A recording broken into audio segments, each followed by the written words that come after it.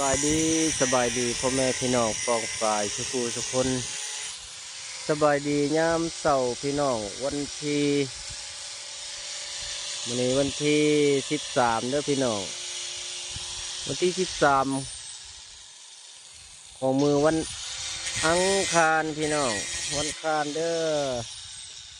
เดือนมังกรพี่น้องเดือนหนึ่งสากลมื้อนี้ก็บ่มีหยังเฮ็ดงานคือเก่าพี่น้องก็กระเดิบมานี่ตัดใส่แผ่นเพจนี่กระเดิบสไตล์โมเดิร์นพี่น้องทักทายพี่ๆน้องๆชาวไทยชาวลาวชาวต่างประเทศทุกคู่ทุกคนพี่น้องเอ้ยนี่แหละชีวิตเป็นอยู่แต่ละมื้อแต่ละวันกันบ่เฮ็ดก็บ่ได้พี่น้องเอ้ยนี่เฮ็ดอยู่บ้านโนนยางพี่น้องมาไกลจากบ้านมาก็ประมาณ30 กิโลพี่น้องจากบ้านมาเนี่ยมาโนนยางนี่อยู่สายทางที่10ไม่เฮือนให้เขาพี่น้องเฮ็ดโครงหลังคาเมื่อวานนี่เขาฝาทำงาน2 คนพี่น้องมีงาน2 คนก็ได้ประมาณนี้พี่น้องแต่ละมือก็บริหลายโครงหลังคาเล็กพี่น้องเป็นกำลังใจให้ได้เด้อนี่ชาวต่างประเทศประเทศไทยประเทศลาวสุขุสุขคนเพื่อนศิษย์มิตรสหายเป็นกำลังใจให้แน่เปิดYouTube เปิดไม่พี่น้องยังบ่ได้ไปบ่ได้มาแนวใดคืบหน้าก็ได้ยังบ่เป็นพี่น้องมือใหม่ไฟกระซิบ บ่แม่นมือใหม่ไฟแรงเลย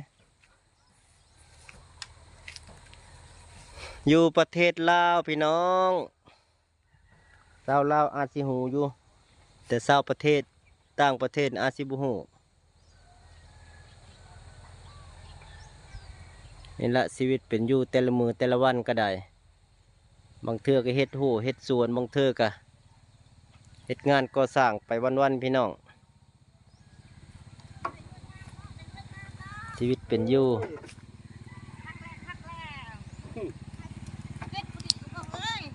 บรรยากาศตอนเช้าพี่น้องเวลาก็ประมาณ8 โมงกว่าๆพี่น้อง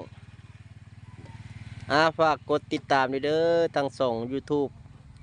บ่าวศรีพันดอนทองมณีพี่น้องทาง YouTube ผิดพลาดประการใดก็ขออภัยขอโทษเด้อคำเว้าคำจาบ่ม่วนขอโทษขออภัยที่ลงคลิปไปก็บางเทื่อก็อาจสิบ่ถูกใจหลายคู่หลายคนพี่น้องมือใหม่ก็แบบนี้แหละพี่น้องยังบ่ฮู้จักอีโนอีเน่หยังนั่นสร้างเพิ่นกำลังกวาดแทกตัดเสาพี่น้องตัดเสามันยาวที่ใดให้กระเดิบลงมาเฮ็ดทรงโมเดิร์นว่าสร้างโดยทรงโมเดิร์นเพิ่นว่าเฮ็ดนำเพิ่นนี่แหละเป็นลูกน้องเพิ่นหมดปีขอก็บอกกับใจเด้อเนาะ